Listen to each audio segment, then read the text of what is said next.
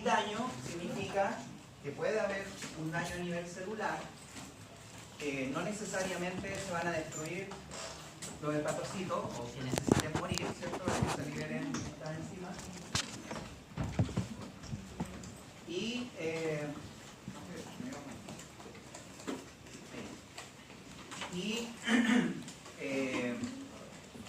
Para que exista un daño que eventualmente lleve a una insuficiencia, una disfunción, tiene que haber más de un 70% del hígado dañado, ¿ya?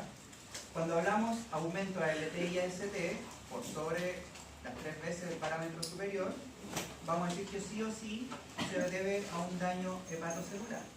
Si no, puede ser otra causa, ¿ya? Por ejemplo, habíamos dicho que una anemia, ¿cierto?, puede generar entonces liberación de estas enzimas. Podemos tener causas preanalíticas también por corticoides, también considerar corticoides endógenos, en este caso pensando en la enfermedad de Krebs. Después dijimos que GGT y fosfatasa alcalina las íbamos a ocupar, ¿cierto?, para evaluar una colestasis. Y podríamos tener entonces aumento de ellas junto a las bilirrubinas y podríamos estar hablando de una colestasis. Cuando tenemos aumento de bilirrubina, entonces tenemos que pensar en las fuentes de bilirrubina y partíamos desde el eritrocito, ¿cierto?, siguiendo todo el metabolismo, que va a generar entonces, primero que todo, bilirrubina indirecta, después ya se va a conjugar y va a terminar, haciendo un cuento ultra corto, eliminándose por la orina, ¿cierto?, como urobilinoso. El hígado también es importante porque si el hígado no tiene una masa funcional adecuada, ¿cierto?, no va a ser capaz de conjugar. Y posteriormente vamos a hablar, cuando hay obstrucción de las vías biliares, ¿cierto?, también hay aumento de bilirrubinas. Entonces, cuando la bilirrubina está aumentada, va a generar lo que se denomina la ictericia, ¿cierto? Y cuando hay ictericia, podemos ver primero una ictericia plasmática y posteriormente una ictericia clínica. Y por lo tanto, cuando tengamos ictericia clínica, la vamos a tener que clasificar. ¿Cómo se clasifica la ictericia? En prehepática, hepática y poshepática, ¿ya? Ictericia en general. Ictericia general la vamos a clasificar en prehepática, hepática y poshepática. Esto es solamente para recordar, ¿cierto?, que la bilirrubina total es la sumatoria de la bilirrubina indirecta más la bilirrubina directa, y que puse esta V, digamos así, el sol, para que lo recuerden, porque el V en el fondo va a generar que disminuyan los valores o aparezcan disminuidos los valores de bilirrubina en sangre, ¿ya? Es decir, si mi paciente tiene ictericia clínica, yo de antemano voy a saber que tiene más de 4 miligramos por decilitro. ¿Qué pasa? Que tiene más de 4 miligramos por decilitro de bilirrubina. Debiera ser así. Y si en el examen no me aparece eso, habría que considerar el factor preanalítico de la luz solar. No sé qué pasó, que se ve.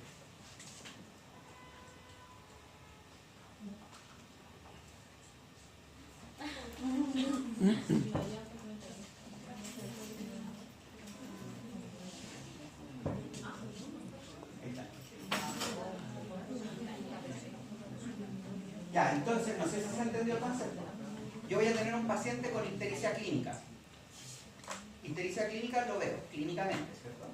Y cuando hay ictericia clínica, sí o sí tiene que tener más de 4 miligramos por decilitro. Por lo tanto, si no me aparece... Bueno, acá está. Por acá, ¿ya? Entonces, si no me aparece en un paciente con ictericia clínica más de 4 miligramos por decilitro, tengo que pensar en un factor preanalítico como en este caso el sol, ¿ya? V. ¿Ya? A eso apunta. ¿Cuándo vamos a tener solamente ictericia plasmática? Cuando esté en menos de 3 miligramos por decilitro, ¿ya? Ahí lo puede confirmar.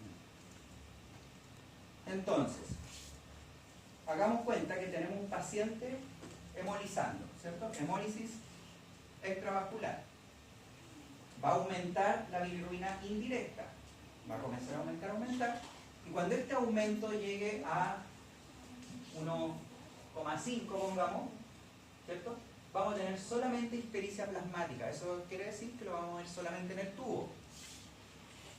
Pero si sigue hemolizando, ¿cierto? Va a aumentar sus valores de bilirrubina, principalmente la indirecta, y se va a convertir, cuando sobrepase los 4 miligramos por decilitro, en ictericia clínica. ¿Ya? Y ahí, no sé si ustedes han visto alguna vez un perro gato marino, ¿ya? Ictericia clínica. Y esto para que lo recuerden cómo era el asunto, ¿cierto? Que estábamos hablando recién.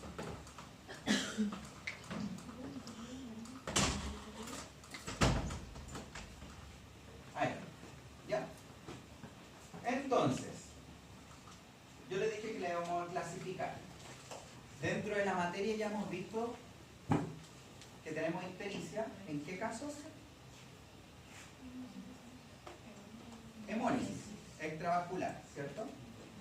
Por lo tanto, si tenemos un paciente hemolizando, ¿cuál de estas será la más lógica que sea la clasificación de la ictericia?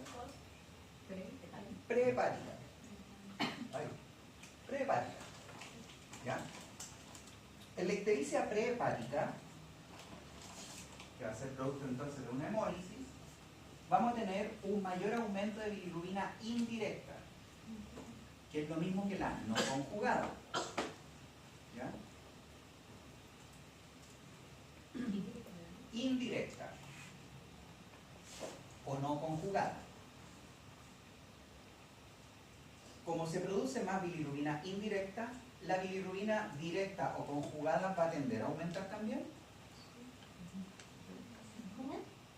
Como tenemos mayor cantidad de bilirrubina indirecta o no conjugada, ¿la bilirrubina directa o conjugada va a tender a aumentar también? Sí, pero Exactamente. Entonces, siempre que tengamos una ictericia prehepática por hemólisis, vamos a tener un mayor aumento de bilirrubina indirecta por sobre la directa. ¿Ya? Pero igual van a estar aumentadas las dos. ¿Qué pasó? Es que no alcanza los dos. Ya, de nuevo. Cuando tenemos un paciente hemolizando, tenemos que pensar que se libera alta cantidad de bilirrubina indirecta. Como hay alta cantidad de bilirrubina indirecta o no conjugada, por el hígado va a llegar mayor cantidad de bilirrubina, ¿cierto? Y por lo tanto, si ese hígado está funcionando bien, va a tender a conjugar más bilirrubina indirecta, por lo tanto también va a aumentar la bilirrubina directa.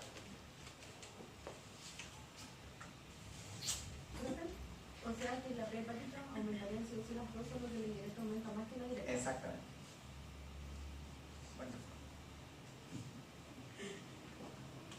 Ahora, como está todo funcionando normal, digámoslo así, con el hígado, la conjugación, etc., por la orina va a tender a salir mayor cantidad de urobilinógeno. También. ¿Ya? En el caso de ictericia hepática, vamos a hablar de una insuficiencia o disfunción hepática.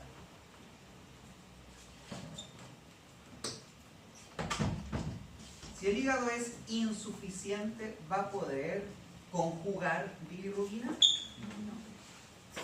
Entonces, ¿cuál bilirrubina va a aumentar?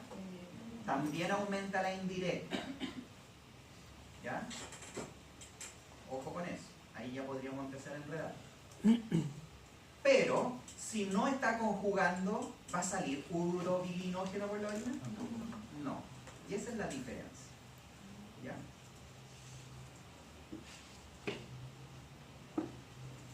Y en la ictericia posthepática, su nombre lo dice, es posterior, ¿cierto?, al hígado, por lo tanto estamos hablando de vías biliares.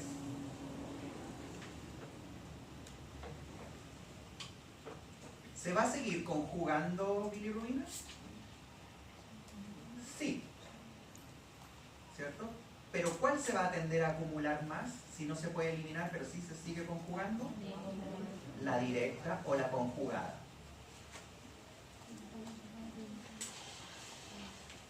Entonces en este caso se aumenta la directa o la conjugada. ¿Y por la orina va a tender a salir igual urobilinógeno? Sí, pero menor cantidad. ¿Ya? ¿Se entendió? Entonces, visto el mono al revés, digámoslo así, ¿para qué sirve clasificar la ictericia en prehepática, hepática y poshepática? En la poshepática, la bilirrubina aumentada en la directa. La directa va a tender a aumentar más.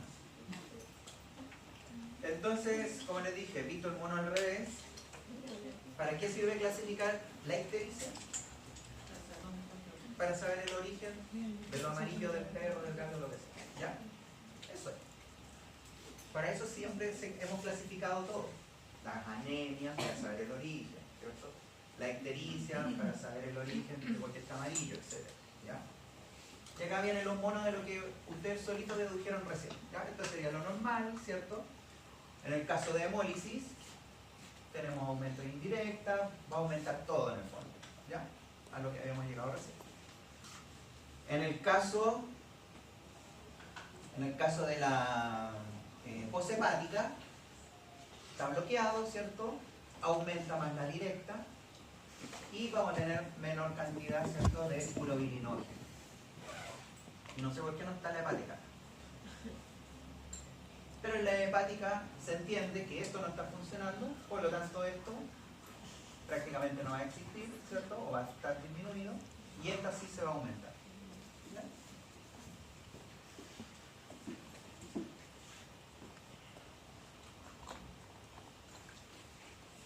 ¿Ya? Ya. ¿Quedamos claros con eso? ¿Sí? Entonces, pruebas para detectar disfunción hepática. Si tenemos, por ejemplo, aumento de bilirrubina indirecta, ¿cierto?, y no hay urobilinógeno y no está hemolizando, vamos a pensar que estamos en una insuficiencia hepática. Sí. ¿Ya? Esto ya falta cosa más. Ya, disfunción, lo que estábamos hablando, de bilirrubina, ¿cierto? ¿En qué otras cosas de todo lo que están acá ustedes creen que tiene que ver el hígado? No, disfunción. Disfunción. Ya. Glucosa, sí. ¿Qué más? Proteínas. Proteína. En un paciente con disfunción hepática, ¿cómo debería estar la albúmina? Disminuida, ¿cierto? ¿Después de cuánto tiempo? 8 a 10 días. Por lo tanto, va a tender a disminuir las proteínas totales. Colesterol también.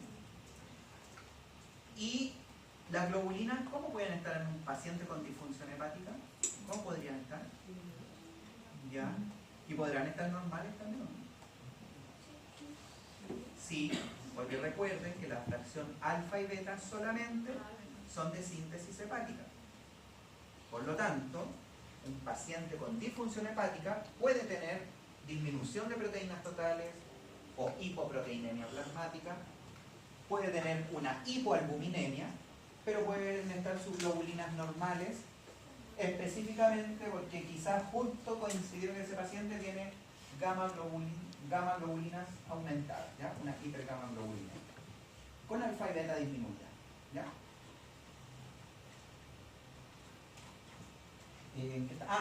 ¿Qué más de acá? Puede asociarse a disfunción. El NUS, ¿cómo debiera estar? ¿Por qué no? ¿Por qué el NUS? ¿Quién dijo el NUS? ¿Debería estar disminuido? ¿Por qué? Porque ya habría una deficiencia hepática. Porque el hígado no está funcionando.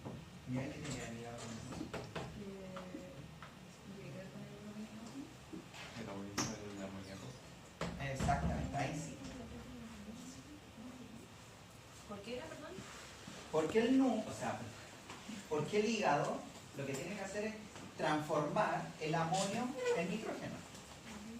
Si el hígado no está funcionando, transforma el amonio en nitrógeno.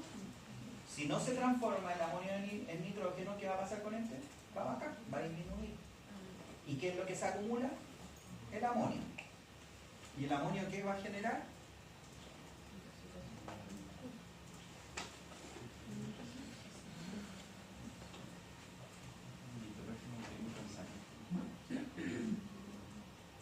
¿Ya? ¿Y signología clínica? ¿Qué podría generar?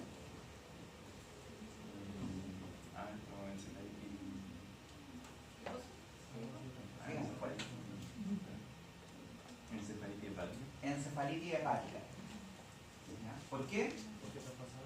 Traspasa la barrera hematoencefálica, ¿cierto? Y va a generar signos clínicos asociados en este caso a encefalitis hepática, convulsiones principalmente. De hecho, por eso se tiene que transformar el amonio en NUS, para poder eliminarlo. Todo tiene que ir funcionando bien. Ya, entonces vamos a tener disminución del NUS. Ya está ahí, creo que ya. Ya lo dijeron todos, ¿cierto? Glucosa. Ya, entonces esto nosotros vamos a evaluar función, que no es lo mismo que daño. ¿Ya? Eso es lo más importante. Daño solamente ALT y AST, funcionalidad estas otras. ¿Ya? Si ustedes colocan en la prueba aumento de ALT y AST porque hay insuficiencia hepática, eso está malo, completamente malo. Y si se lo escuchan a algún colega, está malo. ¿Ya? Solamente daño y estas otras son para evaluar función. ¿Ya? Ya lo habíamos dicho, ¿cierto? Hipoalbuminemia, con disminución de síntesis. Nitrógeno ureico, ya lo dijimos, ¿cierto? Una evaluación indirecta del amonio. Y acá está de nuevo el mono. Acá está no conjugando, ¿ya? Aquí está no conjugando. Entonces también aumenta la bilirrubina indirecta. ¿Y qué es más peligroso, que aumente la bilirrubina indirecta o directa? Indirecta. La indirecta. ¿Ya? Porque también por algo hay que conjugarla para poder eliminar. Glucosa. Aquí vamos a hacer como un paréntesis para hablar también sobre la hiperglicemia. Recordar, ¿cierto?, que las muestras para glicemia se toman en tubo rojo o en tubo de tapa floma, que trae ¿qué cosa? Parece que lo pregunté en la... Empieza con él. Fluoruro de sodio.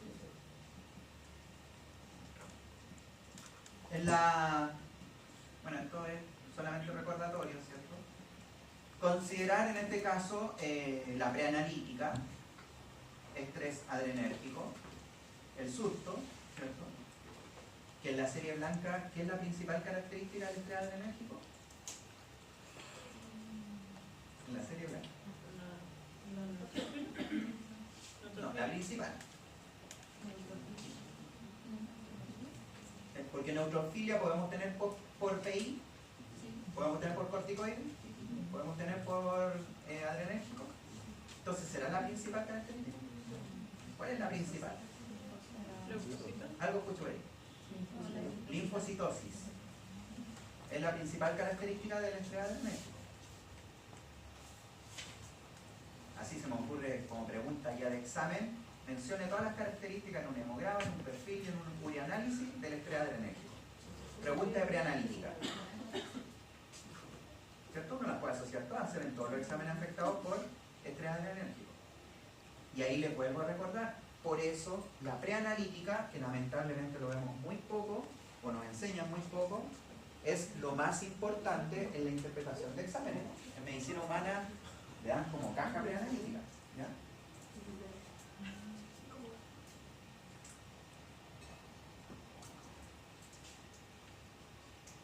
Bueno, esto ya pasa. Todos estos van a ser hiperglicemiantes. haciendo así. Hiperglicemiante, y esto va a ser hipoglicemiante. Esto es lo normal. Ya, entonces, estos glucómetros que trabajan en base a química seca, hoy en día ya existen hartos de uso veterinario. Pero aquí va esta diapositiva. No se deben comparar esos resultados con los analizadores. ¿Ya? Los analizadores bioquímicos siempre van a ser mucho más fidedignos. Pero sí me pueden servir para hacer una estimación, ¿cierto? Ver qué diferencia tengo yo con mi glucómetro respecto a lo que me indica el laboratorio de referencia. Por ejemplo, voy a inventar algo. Si el laboratorio de referencia me dice que mi paciente tiene 90 y en mi glucómetro dice que tiene 100, y lo veo varias veces, puedo decir, ya tengo una desviación de 10 puntos, así que me puede servir, ¿cierto? Pero no para hacer diagnóstico específico, sino que para controlar. ¿Qué tanto me rango de diferencia entre personas con el animal? Es que depende de la marca, de la libre. No hay, sí. O sea, sería bueno para hacer una tesis, pero tendría que ser por marca. Profe, ¿qué dijo que el analizador era más detallado? Sí, pues el analizador siempre va a ser de referencia. Y sobre todo si es un analizador de química húmeda. Son mucho más fidedignos. Además que estos glucómetros, lo han visto usar, me imagino, ¿cierto? Se usan por una gota de sangre. Y por lo tanto dependen de esto, del hematocrito también. ¿Ya? Sí.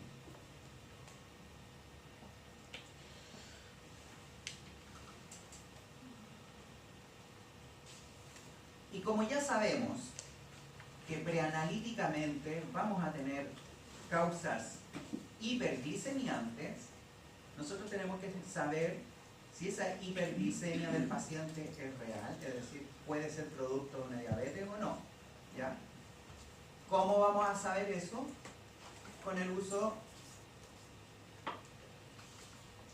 de estas determinaciones, que una se llama fructosamina y la otra que se denomina hemoglobina glicosilada. No sé si se lo han pedido alguna vez ustedes. ¿No?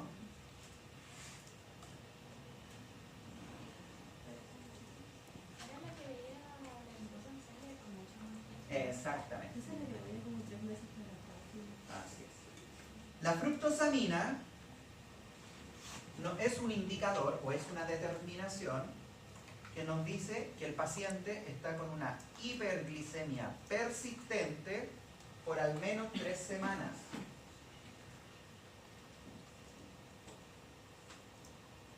Y la hemoglobina glicosilada es un indicador que va a estar con hiperglicemia persistente 2 meses por lo menos.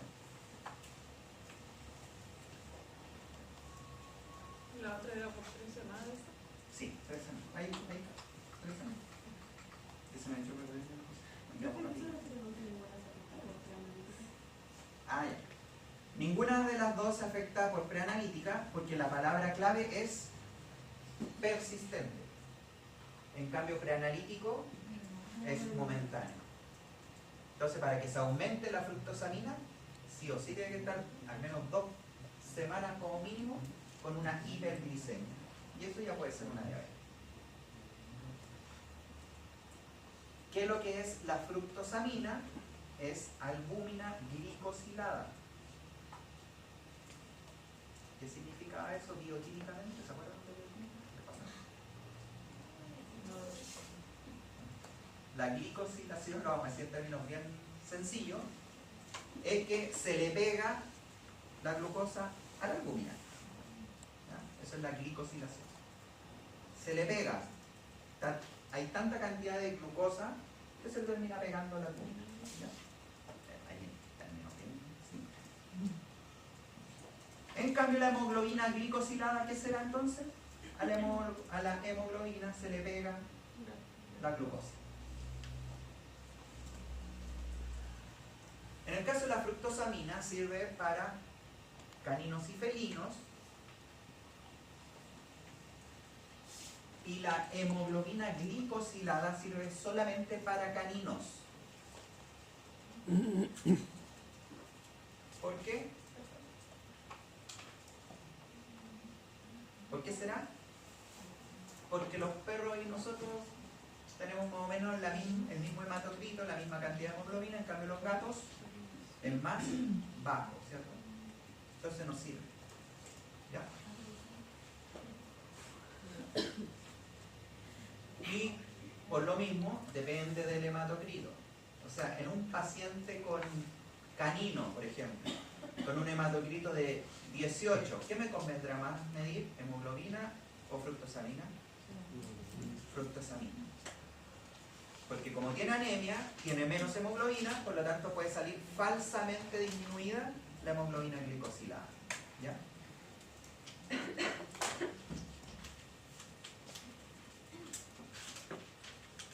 Y la hemoglobina glicosilada, para que lo relacionen, hemoglobina es del hemograma, ¿y en qué tubo tiene que ser? Morado. Fructosamina es albúmina, ¿en qué tubo se toma albúmina? Rojo.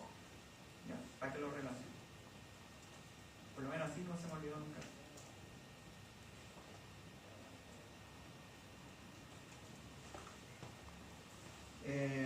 Ya, otras pruebas para detectar disfunción hepática.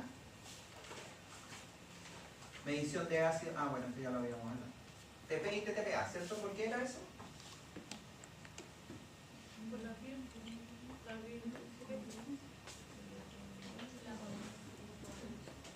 Sí, pues esto es de la coagulación, pero ¿por qué las pruebas de coagulación sirven para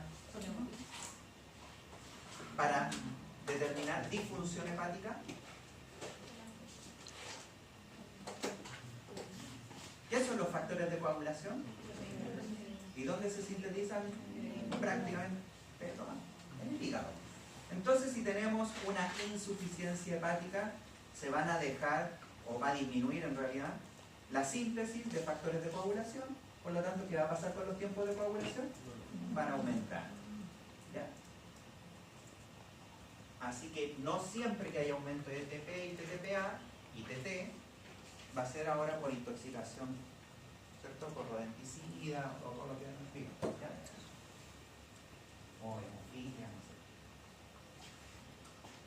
sé. Y ácidos biliares también es una prueba. Esto me lo van a saltar. Acá. ¿Por qué? Porque para mantener la circulación enterohepática y por lo tanto las concentraciones normales, digamos así, de ácidos biliares, necesitamos que todo eso funcione bien, ¿ya? Es decir, necesitamos una circulación portal eficiente, una cantidad adecuada de hepatocitos funcionales, irrigación apropiada al órgano en general y también un adecuado flujo biliar. Por lo tanto, como esta circulación enterohepática, ¿cierto?, de bilis depende de tantos factores, cualquiera de estos que se altere me va a alterar los ácidos biliares, ¿cierto? Va a hacer que se aumente. Y por lo mismo, es una prueba mucho más sensible que todas las otras que hemos hablado recientemente. ¿Ya?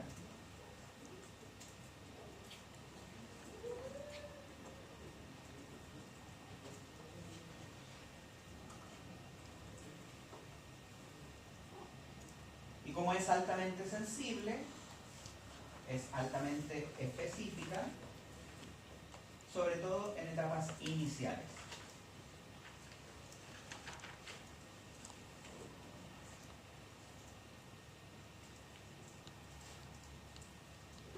Entonces, en una insuficiencia hepática, ¿cómo les van a aparecer los ácidos biliares? Aumentados o alterados, ¿cierto? ¿Cómo va a aparecer la albúmina si lleva una semana solamente? Normal, ¿cierto? ¿Qué va a pasar a lo mejor en una semana con las pruebas de coagulación? ¿Se irán a aumentar? Sí, pero no mucho.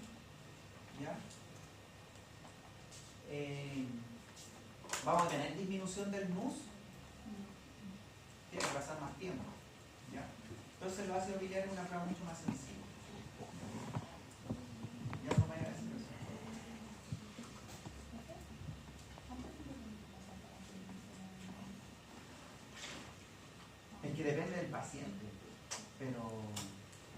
que haber ya casi más de un 80% de daño hepático para que sea insuficiente y no pueda transformar amonio. Ah, ya, me acordé. En una insuficiencia hepática, ¿cómo deberían estar la ALT y la AST? ¿Insuficiencia hepática? En una insuficiencia podrían salir normales. ¿Por qué será eso?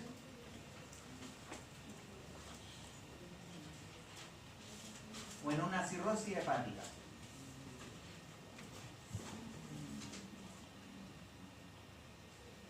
¿Cómo va a salir la ALT y AST?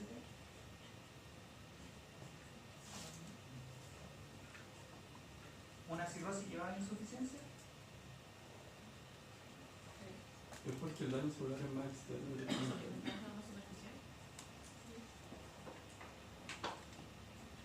Pero una cirrosis ¿lleva a una insuficiencia?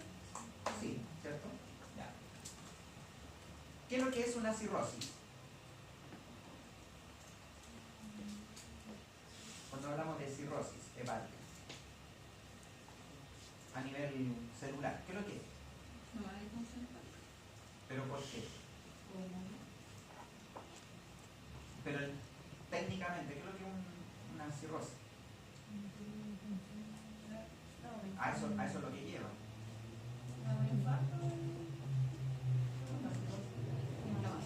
Fibrosis.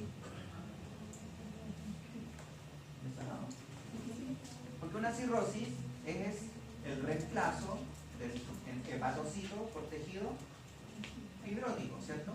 Es una cirrosis. Si se reemplazó el 80% de los hepatocitos de ese hígado por tejido fibrótico, vamos a decir que está con una cirrosis.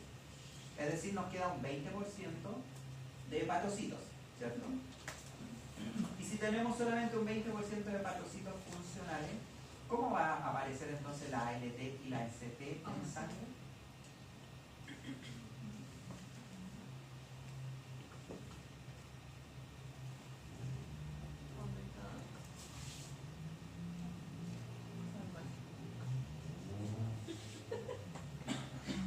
Disminuido. Porque para mantener parámetros normales de ALT y AST necesito idealmente un 100% de hepatocitos funcionales, ¿cierto? Porque no es que no existan, si siempre hay un mínimo en circulación. Pero si ya no tengo 100% y tengo solamente 20%, entonces ¿qué va a pasar con el ALT y la AST? También va a disminuir. Entonces ahí, entre comillas, se puede producir una paradoja de que vamos a tener un paciente con cirrosis y te va a aparecer la LT-AST baja o normal baja. Entonces uno va a decir, ¿pero cómo si está con cirrosis? ¿Por qué? ¿Se equivocó el laboratorio? No. Por eso hay que entender qué significa cada cosa. ¿Ya? Bueno, y los ácidos biliares obviamente vamos a tener alteración, van a estar aumentados, ¿cierto?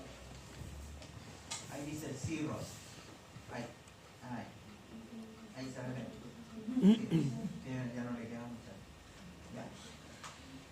Va a aumentar también, obviamente, cuando haya colestasis, colelitiasis, insuficiencia, ¿ya? Cualquier tipo de enfermedad hepática.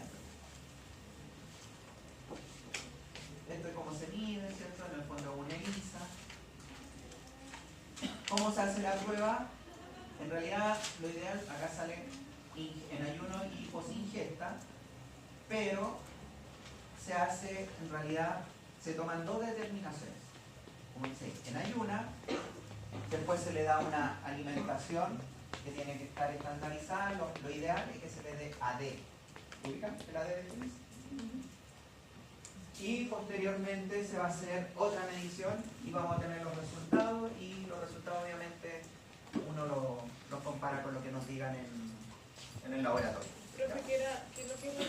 ADEM es un alimento húmedo que es muy rico en proteína.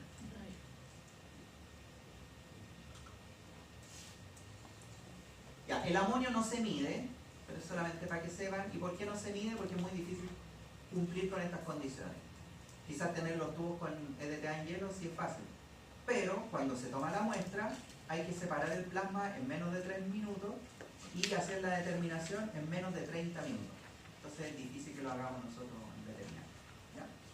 Pero ya sabemos que si tenemos un paciente con insuficiencia hepática, ¿cómo debería salir el amonio? Aumentado.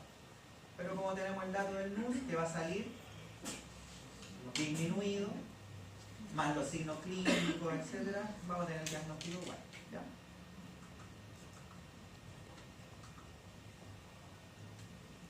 Y para terminar,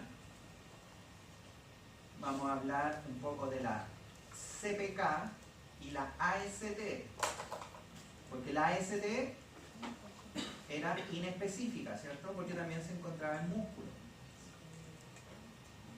Por lo tanto, cuando tenemos aumento de AST y CPK, no es tampoco hepático y lo vamos a asociar a alteraciones a nivel de músculo, ¿ya? Musculares. Aumento de CPK y AST. Lo pueden encontrar como CK también. Creatinquinasa o creatinfosfoquinasa. Sí. Y si tenemos en un perfil bioquímico aumento de CK o CPK o AST y en la orina tenemos mioglobinuria, es porque estamos frente ya en etapa de necrosis muscular. Necrosis muscular. Mioglobinuria, aumento de CK y AST, necrosis muscular. Mioglobinuria. ¿De qué color será la orina si tenemos mioglobinuria? Roja. Así que no toda la orina roja es porque hay hematuria. Ya lo vamos a ver. Creo que ahí terminamos. Sí, es lo mismo. Terminamos.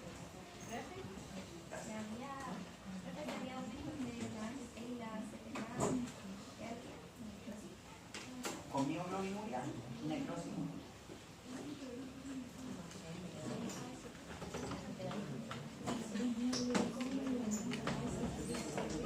Nos vamos a poner aquí con todo.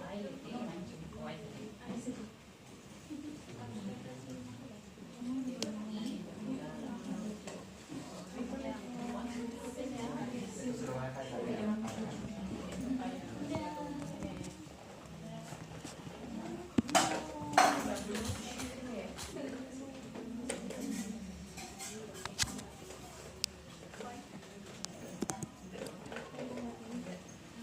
Ya, ¿dudas con hígado?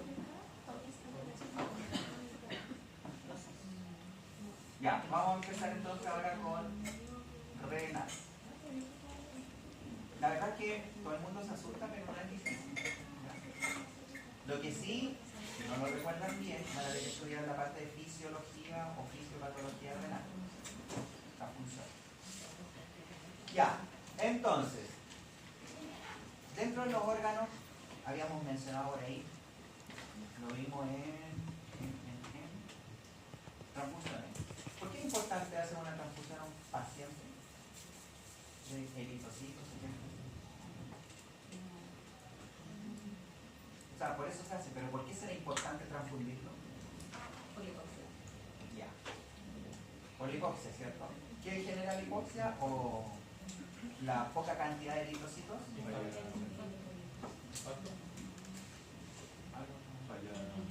Falla renal. ¿Por qué puede llevar a falla renal? Justamente por esto. ¿Qué le llama la atención desde... Exactamente, ¿cierto? La irrigación. A medida, vamos a decirlo en términos bien simples, a medida que nos vamos internando dentro de los riñones, ¿cierto? La irrigación, fíjense, ¿qué va pasando con las arterias? Por ejemplo, están haciendo más pequeñas. Por eso un órgano, bueno, uno dice uno, pero sabemos que son dos, ¿cierto? Es un órgano que es tan sensible a la hipoxia o a la hipoperfusión, ¿ya?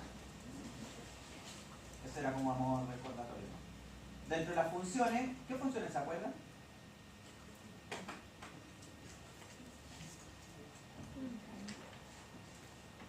Ya, filtración, ¿cierto? ¿Para qué todo eso? La filtración, la reabsorción, la excreción. ¿Qué se forma con eso? La orina, ya, formación de orina. ¿Qué más? ¿En qué más está involucrado los riñones? Y a través de la orina, ¿cierto? ¿Qué más? Regulador hormonal. Ya, me gustó. ¿Qué hormonas? Por ejemplo, la progesterona. Ya, ¿cierto? ¿Eso tiene que ver con qué sistema? Circulatorio. ¿Que se llama igual que los riñones?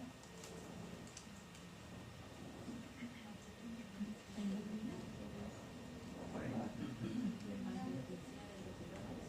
¿Pero cómo empezaba? Sistema renina, angiotensina, aldosterona. ¿Se acuerdan de eso? Que con eso se regula la presión sanguínea, ¿cierto? Ya, todo eso. Ah, y que otra hormona que es súper importante, que ya la vimos en la primera parte del ramo. Eritropoyetina. ¿Ya? Entonces, para que vayan recordando esas cositas, y si no las recuerdan, bueno, ¿para qué es esto?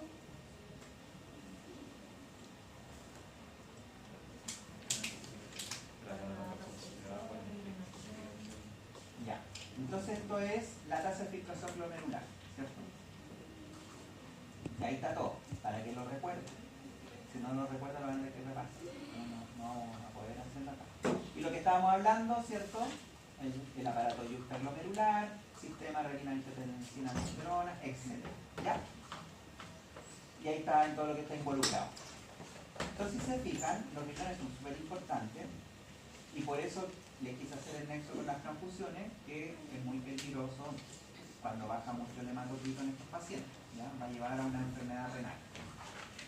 Entonces, esto tiene que ver entonces ahora con la formación de orina, filtración, secreción, reabsorción, excreción, ¿cierto?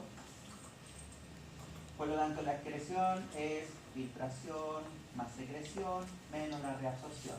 Y ahí vamos a tener orina. Y por ahí está lo importante, eritropoyetina, el 1,25 o vitamina D, ¿cierto? Bueno, sigamos avanzando. ¿No se me está clase? Sí. Profe, mándamela a mí. Sí, se la mando a una persona y ahí la distribuyen, porque la verdad que el sistema nuevo que cambiaron no me podía familiarizar. Ya, pero no de la Sí, sí. Pero esto igual lo encuentran en cualquier libro de fisiología. Si esto es fisiología, no. Esto es el recordatorio que pasaba en el túbulo proximal, en el ADN, el tubo distal, etc. Ahí después lo revisan con detalle, ¿ya? Entonces, vamos a lo importante de este ramo, porque todo es importante obviamente. No es lo mismo una enfermedad renal que un fallo renal. Es exactamente lo que pasaba con el hígado, ¿ya? Es decir, vamos a tener riñones enfermos, pero eso no significa que esté fallando el riñón. ¿Se acuerdan de la clasificación IRIS de enfermedades renales crónicas? De 1 a 4, ¿cierto? En IRIS 2 o IRIS 1, IRIS 2, la tengo por el final. Vamos a bajar. En IRIS 1, por ejemplo, no hay alteraciones a nivel de perfil bioquímico. Y en IRIS 2, algunos pacientes pueden tener alteraciones a nivel de perfil bioquímico y otros no. Recién en IRIS 3 vamos a tener alteraciones a nivel de perfil bioquímico. Acá está. ¿Se ve ahí? Sí. No, ahí ¿Ya? Entonces lo que les estaba diciendo, fíjense, en IRIS 1 va a estar normal, creatinina En IRIS 2, algunos van a estar normales y otros no. Y en IRIS 3 recién vamos a presentar aumento de la creatinina. Y bueno, IRIS 4 ya falta, ¿cierto? Entonces, desde el punto de vista laboratorial, el perfil bioquímico o perfil renal es el peor examen para detectar enfermedad renal. ¿Ya? Es el peor examen para detectar enfermedad renal.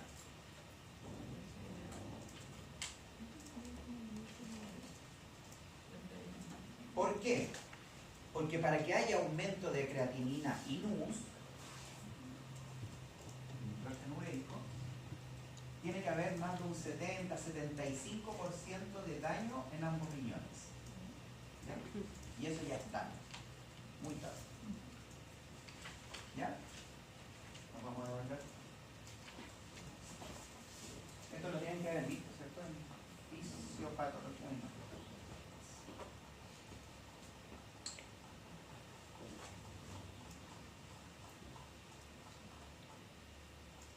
Entonces, aquí está. Vamos a tener una lesión, ¿cierto?, en riñones, pero que no necesariamente va a llevar a una falla en la funcionalidad. ¿Ya? Dicho en otras palabras, ¿sí?, yo puedo tener 50% de los dos riñones con daño y en el perfil bioquímico no va a aparecer nada, va a aparecer todo normal, hablando de creatinina y NUS. ¿Ya?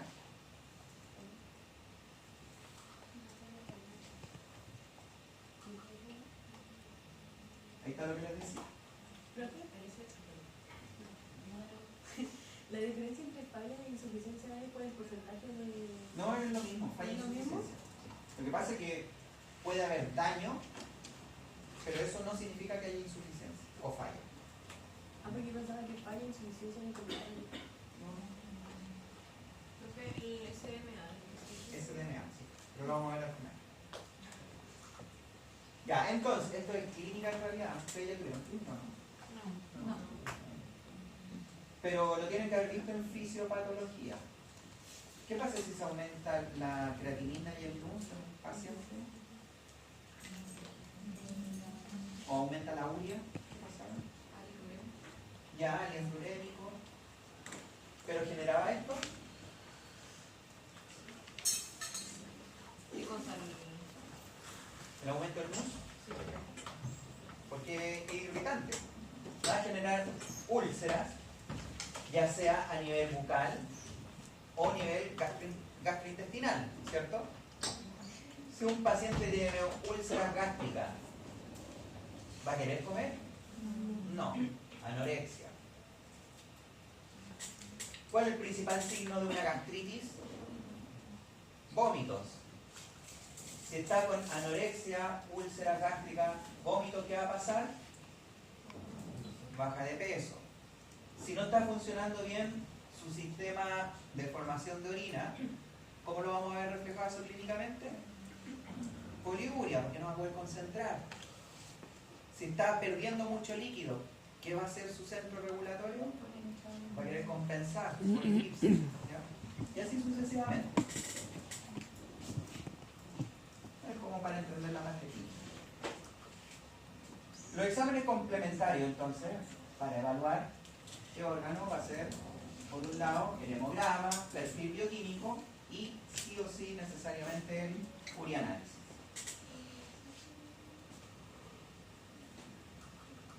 Para que se acuerden, ¿cierto? Entonces, para que hablemos el mismo idioma, vamos a decir que la azotemia es el aumento sanguíneo de creatinina y NUS. Azotemia, aumento en sangre de creatinina y NUS. A veces puede aumentar la pura creatinina o a veces puede aumentar el puro NUS, por si acaso.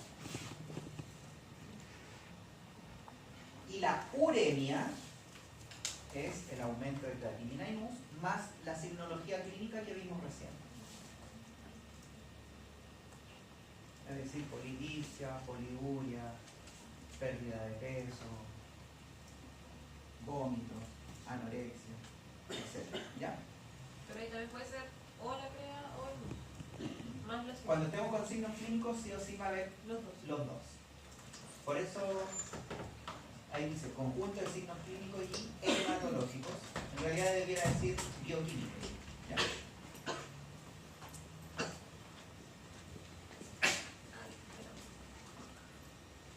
Entonces, ¿qué es lo que nosotros hacemos en un perfil bioquímico? Es una, no dejen, bueno, después si quieren lo leen, pero para que me hagan caso, o sea, me escuchen, es una evaluación indirecta de la tasa de filtrado glomerular. ¿Ya? Una evaluación indirecta de la tasa de filtrado glomerular. ¿Por qué? Porque la tasa de filtrado glomerular depende de lo que estábamos hablando recién, de que haya un adecuado número de nefronas funcionales, que esté bien el flujo sanguíneo y también depende de la presión sanguínea. Eso no es de este ramo, pero para que lo recuerden. Entonces, si tenemos menor cantidad de nefronas funcionales, la tasa de filtrado glomerular va a disminuir, ¿cierto? Y si disminuye la tasa de filtrado glomerular, lo que se tiene que eliminar por la orina, ¿se va a seguir eliminando? No. Y si no se elimina por la orina, ¿qué va a pasar con esos parámetros o esos desechos en sangre? Van a aumentar. Entonces, cuando disminuye la tasa de filtrado glomerular, los desechos nitrogenados, como creatinina y NUS, van a aumentar en sangre. ¿Ya?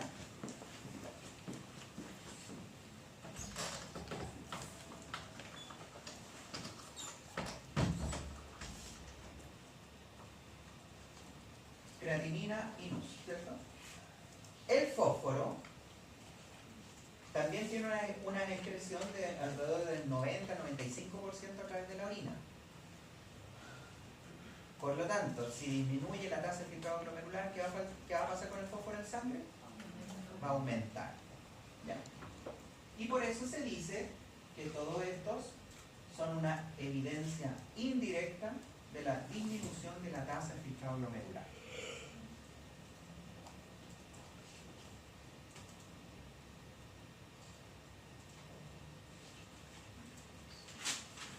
Entonces, para que haya un paciente con azotemia, ¿cuánto de los riñones tiene que estar afectados? Más del 70%. Siempre está. ¿Ya? Es decir, si tenemos un paciente, vamos a ser súper alaraco, con un 60% de daño renal, ¿vamos a tener alteración acá? No. Y 60% ya es harto, es más de un riñón entero malo. Entonces, ¿el perfil bioquímico sirve para pesquisar enfermedad renal? No. ¿Ya? La pesquisa, pero cuando ya está, estadio 3 por lo menos.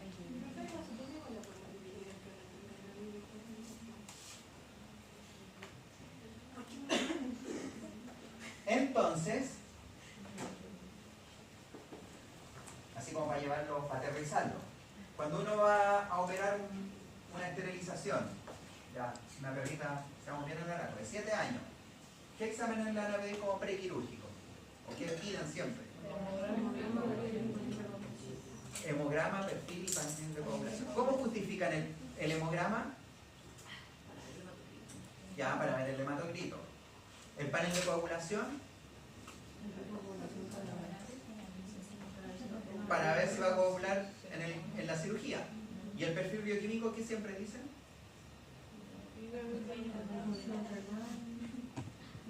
¿Y sirve para evaluar función renal? ¿Ya? Para que se lo metan bien en la cabeza. Sí o sí pedir urianálisis debiera estar incluido en un prequirúrgico. Y si estamos hablando de un paciente de al menos 7 años, habría que pedir el SDMA que decía por ahí. ¿Ya?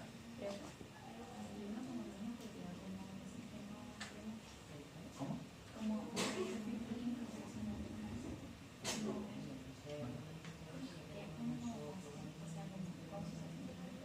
Como tutor. ¿Ya?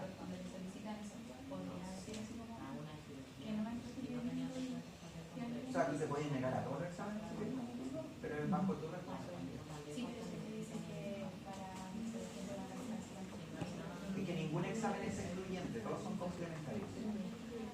Si tú quieres de verdad asegurar una anestesia como corresponde, tú tendrías que pedir al menos hemograma, perfil, orina y panel de pulso. Pero ¿cuál es el tema? Que la orina nadie la pide. Ese es el tema. Profe, y en la proteína se da aumento en calcio. A veces sí, a veces no. A veces sí, a veces no. Pero ahí lo vamos a ver. Ya, ¿de dónde viene la creatinina? Del músculo. Por lo tanto, un paciente, el parámetro superior de creatinina en perros es 1,5. Un 1,6 en un Rottweiler será lo mismo que un 1,6 en un Poodle. ¿Ya? Por eso los exámenes se tienen que interpretar. Se supone que aumenta cuando la dieta del animal es como con mucha carne o si el animal tiene mucha musculatura. También. O sea, por eso le está dando ese ejemplo. Porque un 1,6 en un Rottweiler va a ser normal. Pero un 1,6 en un Yorkie que no tiene nada de músculo es preocupante. ¿Cierto? ¿Y eso qué es lo que es? Si lo queremos encapsular en algo bien grande, bien general, es preanalítica. Eso es preanalítica. Tomar en consideración las condiciones de cada paciente.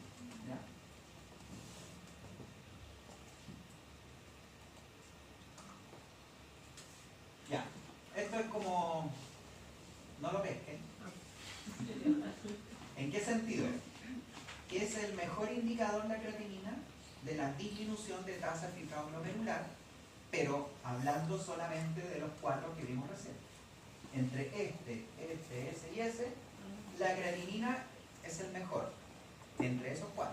Pero ya sabemos que el perfil bioquímico en general es el peor examen. ¿Ya?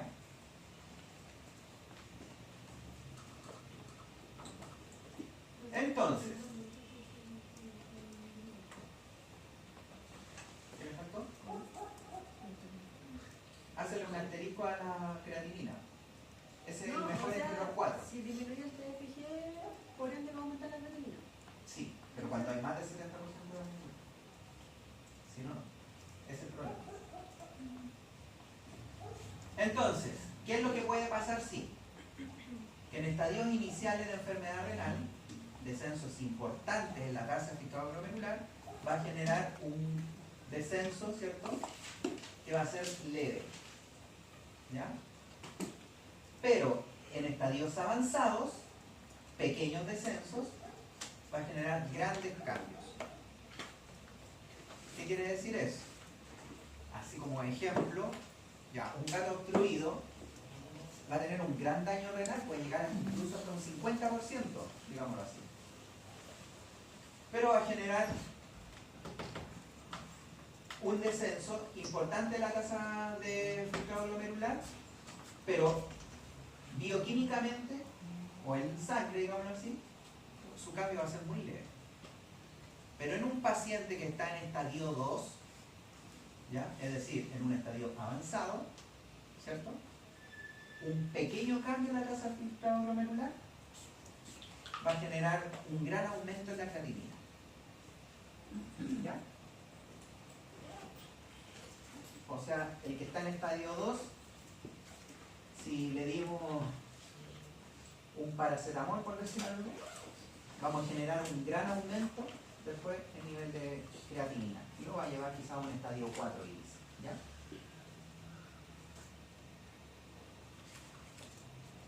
Ya, ¿por qué va a aumentar la creatinina entonces? Porque disminuye la tasa de filtrado, ya dijimos animales con grande masa muscular, o lo que decía ahí Cariusca,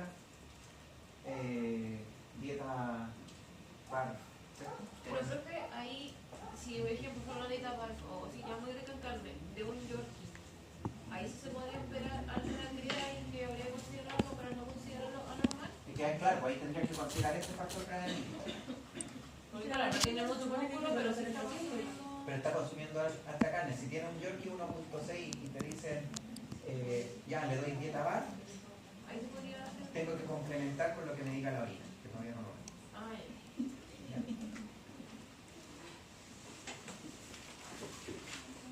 ¿Cuándo va a disminuir la CREA? Cuando pasa, esto es lo que más se ve en realidad, porque esto lo vamos a ver con otras o sea, con otros parámetros, principalmente como lo que vimos, ácidos biliares, funcionalidad hepática. Pero esto también hay que considerarlo porque es preanalítico. ¿Ya? O sea, un paciente ya en estado de caquexia, es como parecido a lo que pasaba con la LT y AST en un riñón, o sea, en un hígado cirrótico, ¿cierto? Acá es lo mismo, como ya no tiene masa muscular, la creatinina va a tender a disminuir. ¿Ya? Y en un viejito, que los viejitos también tienden a bajar la Sí, masa porque muscular, da también se puede disminuir, que Exacto. no sería como alarmante. Por eso siempre, y de hecho, si me preguntan a mí, la preanalítica es lo más importante de todo lo que es interpretación de salud. Siempre hay que tenerlo en cuenta.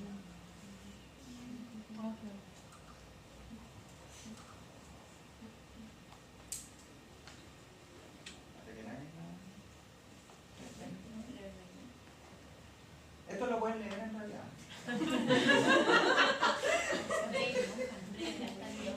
Esto es para leer. Para ir un poquito más rápido. Ya, entonces, ¿cuándo va a aumentar la urea? Porque entre la creatinina y la urea se afecta por mayor cantidad de factores extrarrenales. Entre la creatinina y la urea se afecta por mayor cantidad de factores extrarrenales. Recuerden, es más inespecífica. ¿Ya? ¿Cuándo se va a aumentar la urea entonces? También dietas hiperproteicas, en algunos casos de hemorragias gastrointestinales, y aumento del catabolismo proteico. ¿Cuándo se aumenta el catabolismo proteico? Pacientes con fiebre, sepsis y todo lo que está ahí. ¿Ya? Y si aparece esta, yo le pondría al tiro donde aparezca. Siempre lo he hecho.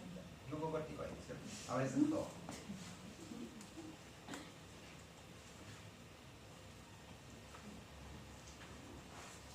Por lo tanto, obviamente que si estamos hablando de glucocorticoides, no se olviden del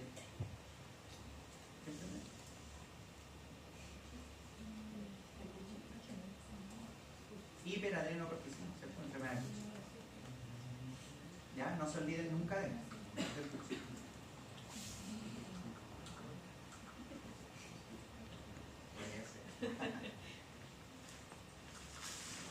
Ya.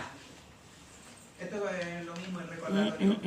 Entonces, si baja la tasa de filtrado glomerular, lo que se debe eliminar por la orina no se elimina y por lo tanto se queda en sangre. Y si se queda en sangre, van a salir los valores aumentados. Por eso ahí se aumenta la concentración. ¿Ya? Sangre, sanguíneo o en suero. Y ya sabemos cuándo podría bajar la urea, ¿cierto? Habíamos dicho enfermedad hepática, anabolismo, excreción aumentada por aquellas patologías con poliuria o polidipsia, que siempre le dicen la mano. Ya habíamos definido que el aumento de creatinina en U se llama azotemia, y lo que había preguntado Katiuska, que la azotemia hay que clasificarla. Eso hay que entonces, como hay que clasificar el aumento de creatinina en US,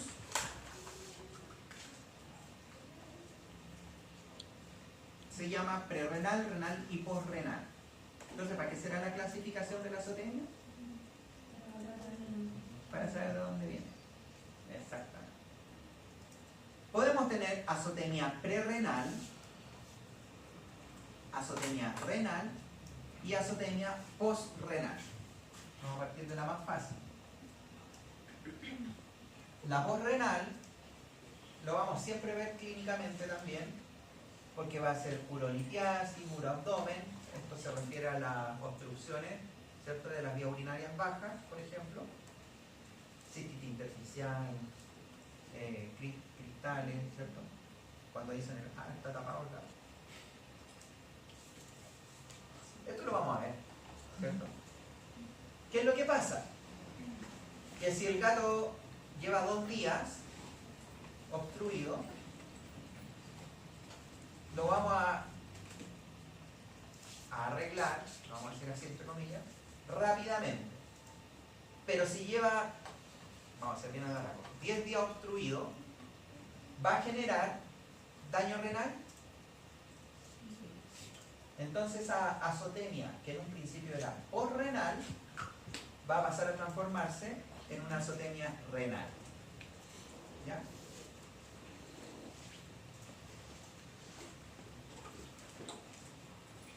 ¿Cuándo es prerrenal? Hipovolemia, enfermedad cardíaca, y podemos tener también, ahí nos dice, azotemia prerrenal por deshidratación. Eso también lo podríamos ver clínicamente. Por eso no tengo problema cardíaco cuando sí o sí prácticamente va a una Exacto. Porque una enfermedad prerrenal también lleva, en definitiva, a una azotemia posrenal. Y la verdad que no ahorita nos podemos consultar.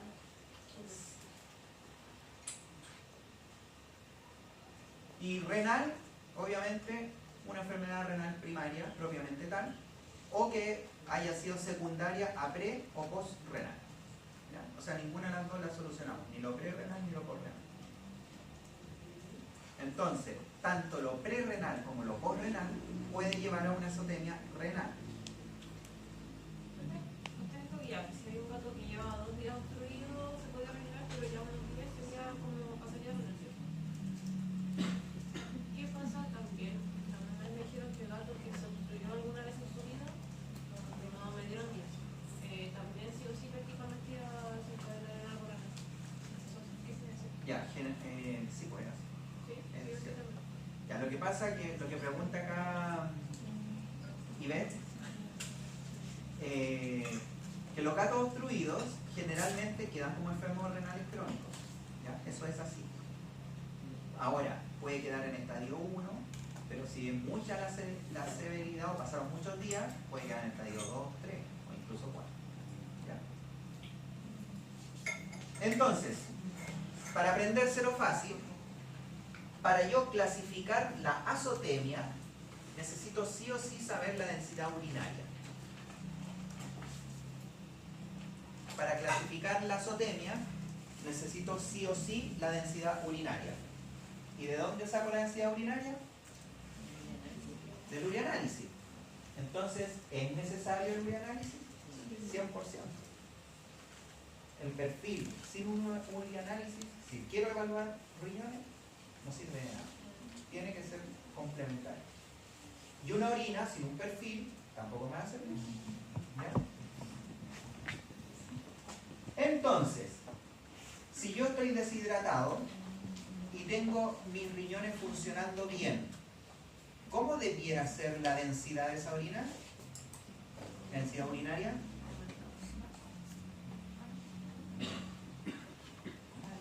Alta. ¿Hacen deporte o no? ¿Alguno? ¿No? Así es. Yo así deporte. Sí. Cuando juegas a la pelota y después vayas a hacer pipí, ¿cómo sale? Amarillo, oscuro, bien concentrado. Apréndanselo así. Cuando uno esté deshidratado, el pipí sale bien concentrado. Por lo tanto, si está bien concentrado, la densidad, ¿cómo va a ser? Alta, muy alta. Siempre que tengamos una azotemia, entonces, con una orina concentrada, es prerrenal.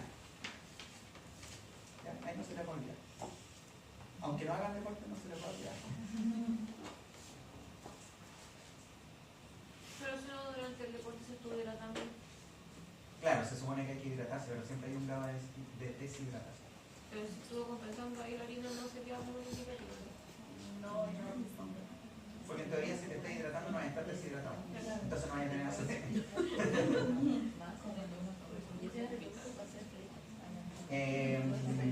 Ya.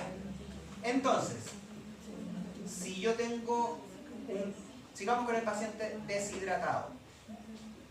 Y la orina sale isostenúrica. ¿Se acuerdan de eso? ¿Se acuerdan de eso? Isostenuria. ¿Qué es lo que lee? Isostenuria. Hay rangos. La densidad urinaria isostenuria es entre 1.008 y 1.012. Eso es una orina isostenúrica. Entonces, densidad urinaria. Acuérdense, estamos hablando de densidad urinaria porque así clasificamos la azotemia. Si me deshidraté y mi orina sale en 1.010, ¿están funcionando bien mis riñones? No, porque eso es isotenúrico. Es que, miren, lo normal es que si yo me deshidrato, la orina salga concentrada. Entonces, ¿será normal si estoy deshidratado y sale con una densidad isostenúrica que es baja? No. Entonces, en ese caso, vamos a decir que mi azotemia es renal. Porque mis riñones no tienen la capacidad de concentrar la orina. ¿Se entendió ahí?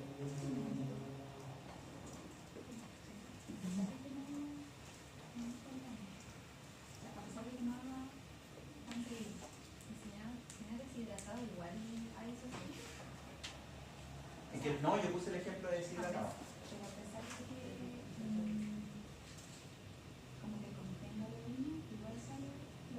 Exactamente, exacto.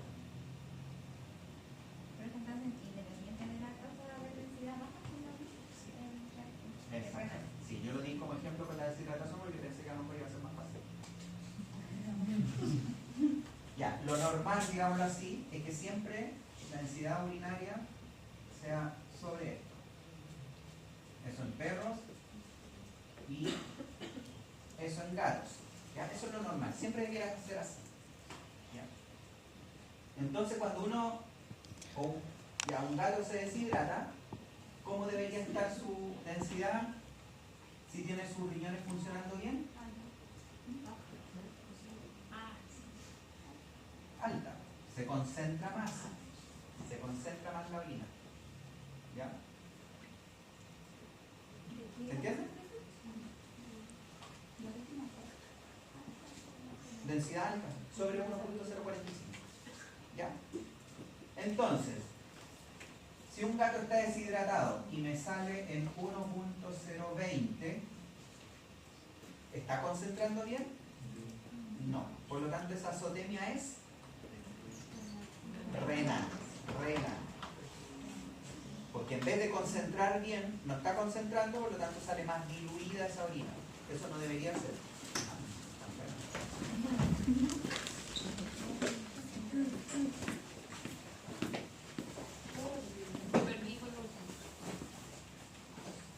En un paciente deshidratado, sí o sí la orina tiene que salir muy concentrada, porque tenemos poco líquido. Y si están funcionando bien los riñones, va a salir concentradísimo. ¿Ya? En un paciente deshidratado, si la orina está 1.020, diluida, digámoslo así, no es normal, es azotemia renal. ¿Ahí sí? O sea, el número mientras más bajo está más diluida. Sí.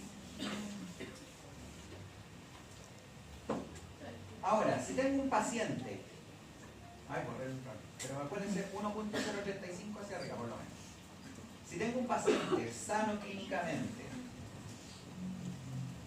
perfil normal, hemograma normal, pero al examen de orina me sale eso, ¿será normal? No es normal. Porque a pesar de que esté todo normal, esto ya no está indicando que ha ido perdiendo la capacidad de concentrar la orina. ¿Ya? Por lo tanto, esto se va a considerar una orina inadecuadamente concentrada. No está bien concentrada, no está adecuadamente concentrada. ¿Entiendes? Porque lo normal es que concentre por sobre 1.030. ¿Ya? Entonces, en un gato o perro de 7 años, clínicamente sano, perfil hemograma normal, y me aparece esta orina, tengo que poner ojo. Sí o sí. Pero bien, y si Menos 1.035. Yo puse ejemplo 1.020. Pero si salió 1.028, por decir algo, también tengo que poner ojo. Está concentrando menos de lo que debería concentrar. Profe, ¿y cómo podemos saber si es que no es una sobrehidratación cuando tienen terminancia? Porque tengo que tomar todas las consideraciones preanalíticas y estamos en el contexto de que nosotros igual ya estamos viendo un paciente clínicamente. Si está con sobrehidratación, va a estar clínicamente sano, todo sano, pero el tutor a lo mejor te va a decir, no, ha estado tomando más agua, etc. Ahí sería normal que esté más bajo el rango, porque si está tomando más agua está más diluido, ¿no? Claro. O viene saliendo de una hospitalización. Por eso siempre se evalúa en el contexto de que nosotros tenemos un paciente que es único y es único soltado. Acuérdense que siempre hemos dicho de que un valor, si tengo 10 pacientes con 10 signos clínicos distintos, aunque sea el mismo valor, son 10 cosas distintas. ¿Ya? Eso es interpretar. Y por eso yo hago tanto énfasis en que no es lo mismo interpretar que leer un examen. Porque leer un examen lo voy a hacer cualquier persona. Yo se lo dije en un momento, hasta mi mamá puede leer un examen y va a decir la creatinina está alta, esta está normal. Eso lo sabe hacer cualquier persona. Lo que tiene que aprender usted a hacer es interpretar eso con respecto a ese paciente en particular. ¿Ya? Eso es lo importante. Profe, ¿y en el general es igual recomiendo esas seriadas? ¿O no hay tanto cambio como en el examen de sangre? Cuando, si es clínicamente sano y te pasa eso de la orina, sí se sugiere hacer un nuevo examen, en caso de orina. Si se repite una inadecuada concentración urinaria, ya hace un SDMA y tratáis de revisar la valora. O voy a hacer ecografía renal, también alterar la relación córtico-medular. Ya, ¿se entendió el concepto entonces de adecuada o inadecuada concentración o que esté isostenúrica? Hipostenúrica es cuando la densidad urinaria está bajo 1.008%. Hipostenúrica, densidad bajo 1.008. Y eso lo vamos a ver asociado a enfermedades endocrinas por la polidipsia poliúria. 008, 1.008.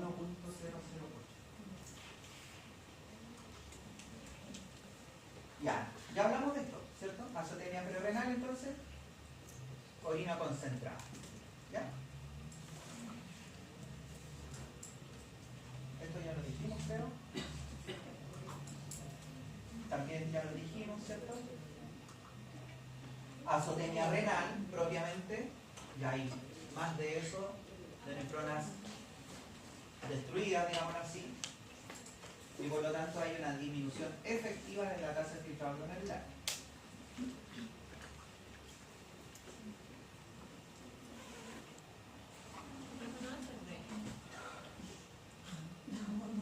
No, porque estamos súper atrasados, entonces bueno. Orina isostenúrica, ya se lo había dicho el parámetro.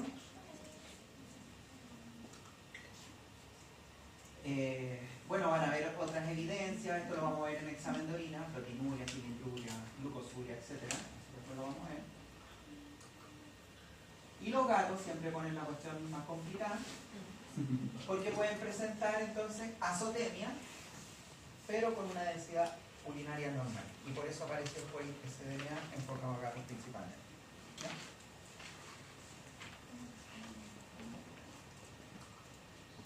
Y azotemia posrenal, que dijimos que lo podíamos ver clínicamente, ¿cierto?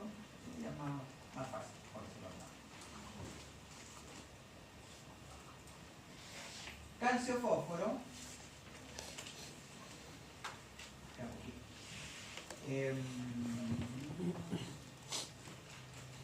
Ya. ¿Se acuerdan del hiperparatiroidismo renal secundario? ¿O hiperparatiroidismo secundario renal? No, hay que repasar. Sí, se lo pagan. Salen en el Cunningham, ahí sale. Está súper bien explicado. Yo se lo voy a resumir en lo siguiente. Piensen. Ven, acá. acuerdan que les dije que el fósforo se elimina por la orina prácticamente? ¿Cierto? Ya. Por lo tanto, si disminuye la tasa de filtrado glomerular, ¿qué va a pasar con el fósforo? Va a aumentar. La relación de calcio-fósforo, ¿cómo tiene que ser siempre?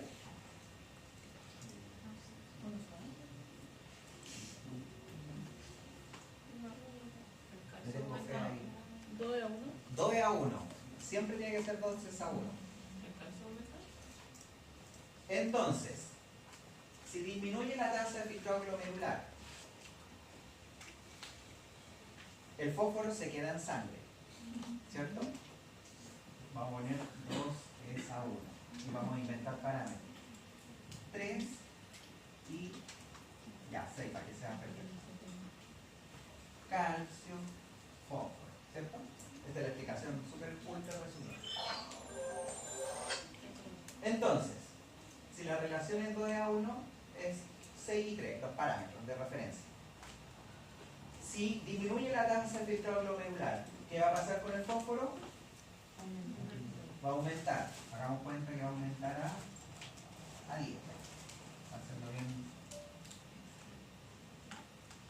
Si el organismo dice, pero verdad que la relación tiene que ser 2 a 1, ¿qué va a pasar con el calcio entonces? Debería tender a aumentar, pero para que aumente el calcio, ¿de dónde va a sacar calcio el organismo? De los huesos. Y producto de eso se produce el hiperparatiroidismo renal secundario, que como consecuencia, como va a tratar de sacar calcio de los huesos, puede generar osteodistrofia, porque se pierde densidad, ¿cierto?, de los huesos. Y la literatura menciona, porque se lo digo a la literatura, porque la verdad que nunca lo he visto en la vida real, pero dice que podría haber mineralización de tejidos blancos. ¿Por qué ocurriría eso? Por lo que tienen que repasar. Porque para sacar calcio de los huesos aumenta la paratiroides, la paratormona. Ahí está. ¿Ya? Y ahí después le echan una revisada. Pero esto se lo tienen que haber pasado y se acuerdan de lo de la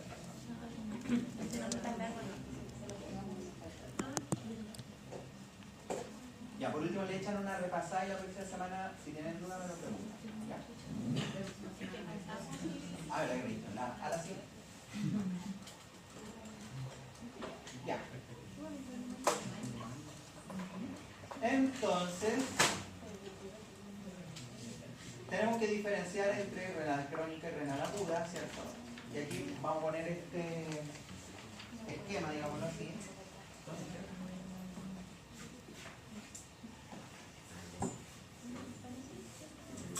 Ya, esto es para que se entienda, no es para que se lo aprendan. Ya sabemos que una injuria o un daño no es lo mismo que una insuficiencia, ¿cierto? Entonces podemos tener un daño o una injuria, ¿cierto? Que el ejemplo que hemos estado hablando es el gatito obstruido. Tenemos el gato obstruido y me va a llevar a una injuria renal o a una insuficiencia renal aguda, ¿cierto? Siempre uno le dice así, o enfermedad renal aguda. ¿Qué va a pasar con ese gato con enfermedad renal aguda? O se muere o lo salvamos, ¿cierto? No tenemos más alternativa. Si se salva, va a quedar, como habíamos dicho recién, en estadio 1, estadio 2, o depende de la gravedad, incluso estadio 3, ¿cierto?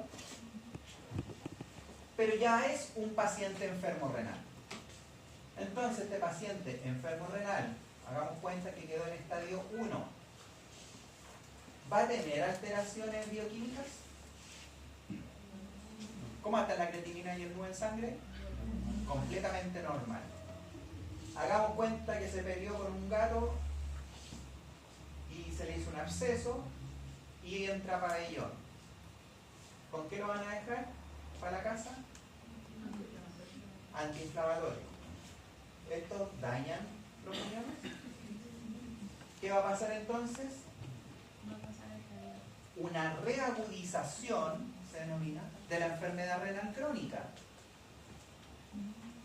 Y esa reagudización de la enfermedad renal crónica o lo termina matando o aumenta de estadio, 2, 3 o 4. Entonces, ¿este gatito con absceso servía el puro perfil bioquímico? ¿Qué había que medir? Densidad urinaria, o sea, había que solicitar un urianálisis. Y ahí hubiésemos quizás ocupado otra cosa, ¿cierto? Ya, a eso va enfocada esta diapo. Por eso les decía, no se la aprendan de memoria, era para que la entendieran. Bueno, y estos son diferencias clínicas en realidad, así que vamos a ver. Ya. ¿Qué tipo de anemia va a tener el paciente con enfermedad renal crónica?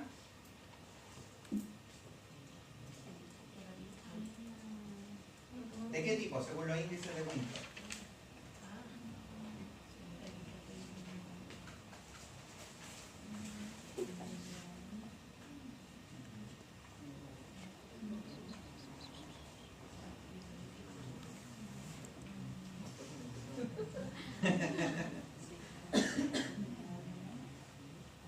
¿Qué tiene que ver los riñones con la anemia? La eritropoyetina, ¿cierto? Si disminuye la eritropoyetina, ¿qué tipo de anemia va a ser? Hipoproliferativa, porque llega poca señal. Por lo tanto, si es hipoproliferativa, ¿cómo va a ser según los índices de Winthrop? Normo. Siempre va a ser normo. ¿Ya?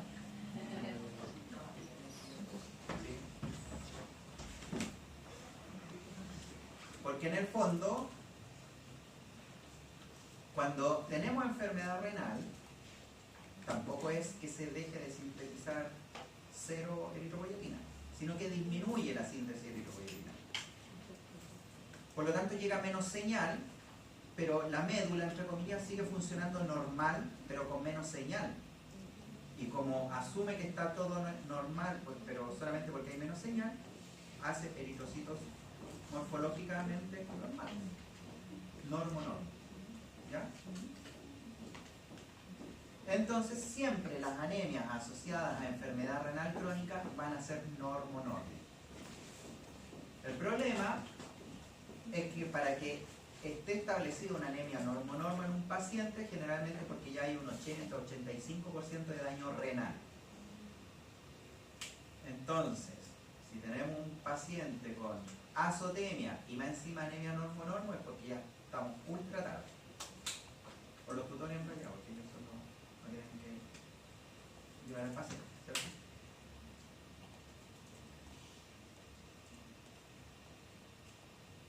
¿Y cómo podríamos arreglar esa anemia normo en un paciente renal crónico? Con eritropoyetina. Porque eso es lo que les falta. ¿Ya? El problema es que se ocupa eritropoyetina humana, y si es humana, ¿qué va a generar el paciente? Pero por ahí va. Anticuerpos. Genera anticuerpos. Entonces sirve como para 2-3 meses, y después el paciente genera anticuerpos anti-eritropoyetina humana, y en muchos casos esos mismos anticuerpos anti-eritropoyetina humana terminan anti-eritropoyetina propia. ¿Ya?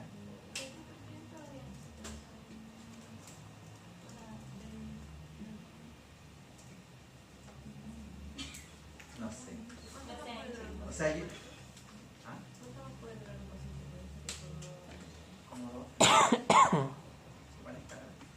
Yo creo que es por una cosa de voz.